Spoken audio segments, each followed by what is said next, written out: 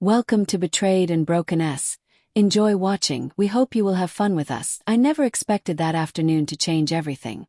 It was supposed to be a peaceful ride. Just me, the open field and the beautiful horses. I'd grown up watching from a distance, but never dared to get too close to. There was something about him, calm, steady, but with eyes that held something deeper, something I couldn't quite read. People in the village always said he had a wild side. A storm buried under silence. I didn't believe them, not until that day. It started slowly, just like any other moment. You don't think twice about. I approached him, reached out gently, and he didn't pull away. I remember how my fingertips brushed against his neck, the way he looked back at me, almost like he recognized something in me. I didn't even see in myself that connection. It felt real, almost too real, like something was beginning that neither of us could stop. I saddled him hesitantly at first, but he didn't resist. We moved through the field, slow and steady as the wind picked up and the clouds began to shift. Then without warning everything changed. He jolted. Fierce, like something had snapped awake inside him and inside me. My grip tightened. My heart raced and suddenly I wasn't sure if I was guiding him or if he was leading me somewhere. I wasn't ready to go. There was a strange energy in the air. I could feel it in my C*******T, pulsing with every beat. Was it fear or something deeper? I couldn't tell anymore. All I knew was that I was no longer in control and where he was taking me. I had never been before, and in that moment I realized something had just begun. Something I wasn't sure I could stop. The wind rushed against my face as the beautiful horses picked up speed. His hooves pounding the earth like drums in my C******T. I tried calling out to him, pulling the reins gently, then firmly, but it was like he wasn't hearing me, or maybe he was ignoring me on purpose. My thoughts raced just as fast. Where was he going and why did it feel like he needed to take me there? We passed the familiar edge of the field where the old wooden fence stood, crooked and worn. Beyond that lay the forest. No one really went there anymore. They said it was overgrown. Too easy to get lost. But the beautiful horses didn't slow down. His body moved with determination like he'd been here before and knew exactly where to go. I had never seen him like this, so alive, so driven. It was both beautiful and terrifying. I gripped tighter, the saddle creaking under me. Branches whipped past as we entered the woods, the light dimming beneath thick trees. Shadows twisted in every direction, and the air grew colder. I could feel something shift around us, not just the temperature but the mood. The silence here wasn't peaceful. It was heavy, like the trees were holding secrets, watching, and deep down, I felt like we were waking something up by riding through. The beautiful horses slowed just enough for me to catch my breath, but he didn't stop. I could hear the soft crunch of leaves beneath his hooves and the distant sound of running water. My heartbeat hadn't settled. In fact, it only grew louder, like some warning inside me. I didn't know how to read. I thought back to what the stable keeper once told me. He said this beautiful horses had only ever let one other person ride him. Years ago, a boy who disappeared not long after they never found him. Just the saddle left near a stream deep in the forest. I never believed that story until now. The path ahead curved and narrowed, thick roots twisting out of the ground like hands reaching for us. The deeper we went, the more unreal it all felt. Something was pulling us forward, not just the beautiful horses, something else. I didn't know what we were going to find ahead, but I knew one thing for sure. This ride wasn't just a ride anymore. It was a beginning, and I wasn't sure I wanted to know where it ended. The deeper we went, the more it felt like the forest was closing in on us. The trees grew tighter. The light barely touched the path. Now I could hear strange sounds, branches cracking where nothing moved. Whispers carried by the wind that didn't sound like wind at all. My grip had gone numb from holding on, but I didn't dare let go. The beautiful horses wasn't slowing. His ears twitch alert to something. I couldn't see his eyes, once calm, now looked wild again but focused. He wasn't just running blindly. He was following something or being called. Then suddenly he stopped dead. Still no movement, no sound. We stood there, frozen in the middle of the trees. That's when I noticed it, a clearing ahead, circular, unnaturally perfect. In the center was a stone structure, half buried in moss and vines. I had never seen it before.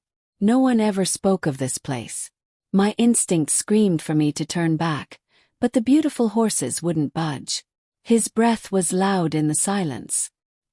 He stared straight ahead, not moving an inch. I slid off slowly, my legs shaky. As soon as my boots hit the ground, I felt it, a vibration low, deep and steady beneath the soil, like the earth itself was alive. Here I stepped closer to the stone, curiosity battling fear. Carved into its surface were markings I couldn't understand, symbols, lines, shapes, and at the base, something darker. A leather strap torn old with a rusted metal tag still attached, a name faintly scratched on it. It wasn't mine, but I recognized it. It was the boy's. My thoughts spiral. What happened here? Was it really just a story meant to scare people away? Or was it something more? I turned to the beautiful horses, and for the first time he looked back at me like he was asking me something, like he needed me to decide what came next. But how could I, when I didn't even understand what was happening behind us? A rustle, not the wind, not an animal, something else. I could feel eyes on me. Though I couldn't see a soul, my breath caught. We weren't alone, and whatever had brought us here wasn't done with us yet. The past wasn't buried. It was waiting, and we had just stepped into its trap. I stood frozen, my breath caught in my throat, listening. The sound behind us came again. Careful, like someone trying not to be heard. I turned slowly, my eyes scanning, the tree's heart pounding so loudly I thought it would give me away. But there was nothing, no movement, just that thick, unsettling silence that made my skin crawl. The beautiful horses shifted beside me, restless, airs flicking. He sensed it too. Something was watching us.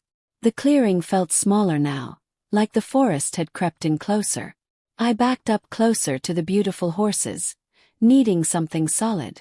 My eyes returned to the stone and the leather strap with the boy's name. My hands trembled as I picked it up.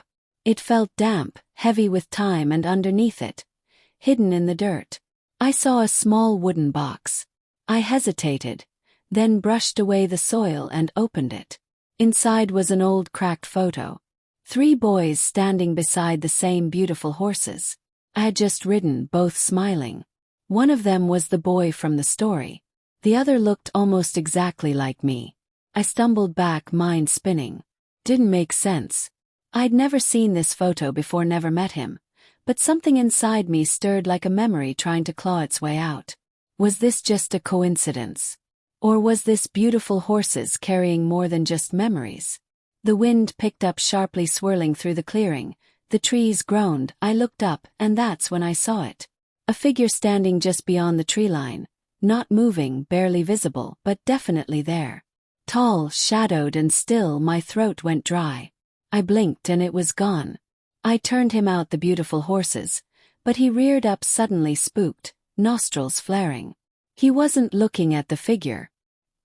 He was staring at the stone, and then the ground beneath it cracked. A thin line split the dirt, glowing faintly with a light that didn't belong in this world.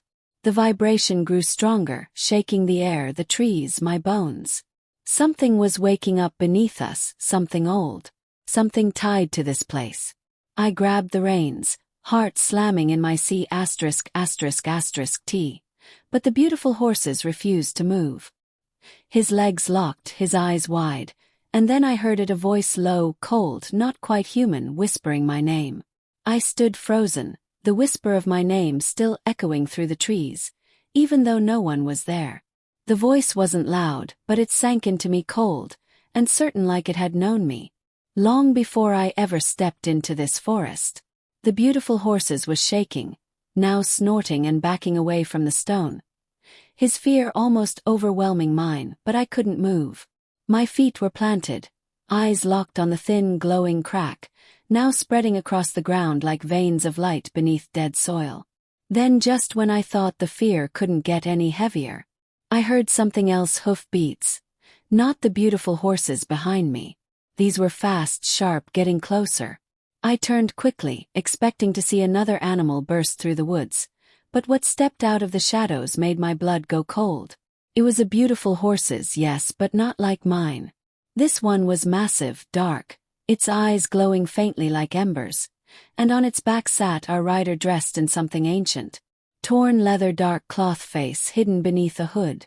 I couldn't make out any features, but when the rider looked at me, I felt it a force pressure on my C******T like he knew me, like he'd been waiting. He didn't speak, just sat there watching. The forest was dead. Quiet now, even the wind had stopped. My beautiful horses tried to bolt, but the reins tangled around my wrist, yanking me forward. I stumbled and fell to my knees, my hand landing on the photograph I dropped earlier. I looked at it again closer, this time that second boy, the one who looked like me. He was me. But the photo was decades old. I could see the date faintly printed on the back.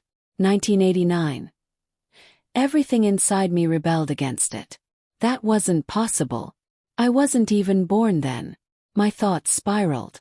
Could this be some trick, a dream, or was time here different? I looked back up. The rider was gone, just vanished, but the hoofprints remained burned into the dirt, smoldering slightly. That's when I realized something terrifying. I hadn't just stepped into some forgotten part of the forest. I had crossed into something older, deeper, a place where time bent and stories weren't just remembered. They were replayed.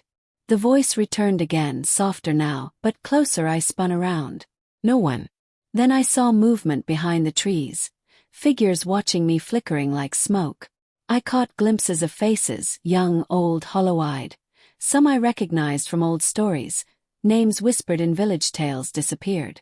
People lost riders, and suddenly it hit me. They had all come through here and never left. I didn't know what they wanted, why I was pulled in, but I knew I wasn't just here for answers. I was part of something that hadn't finished writing itself yet. The ground trembled again. The crack widened, a sound like breathing rising from below. The beautiful horses screamed, pulling back violently, and then right in front of me, the stone split open. The moment the stone split, a wave of warm air burst from beneath the earth, hitting me like a tide. The crack in the ground glowed brighter, but not in a threatening way anymore. Felt like something was being released, not summoned.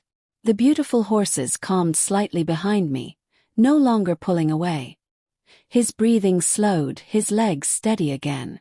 I stepped forward cautiously, heart-racing eyes fixed on what was inside the broken stone. Beneath it, buried for who knows how long, was a small weathered box. I reached in and lifted it out. It was surprisingly light when I opened it. I found more old photographs, some of people I didn't recognize, others I somehow did. Family-owned, fairish. Generations of writers, people who had vanished but were never truly gone. There was also a journal. The pages faded but still readable. It belonged to the boy from the photo, the one who had vanished decades ago. And as I flipped through it, I realized he had been pulled into the same mystery. He had felt the same pull I did. Only he hadn't made it back.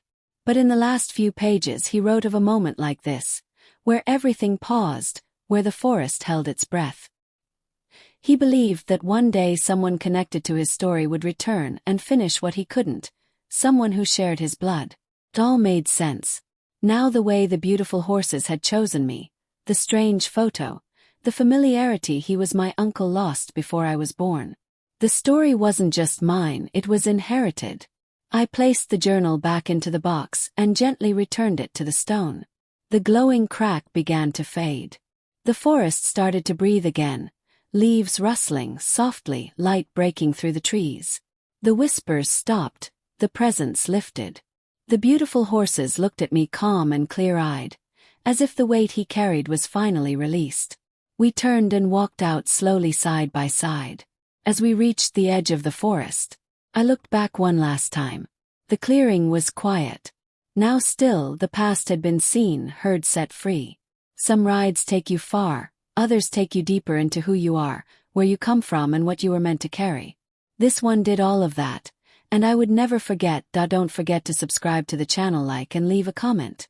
If you enjoyed this story, this will help us create even more exciting stories just for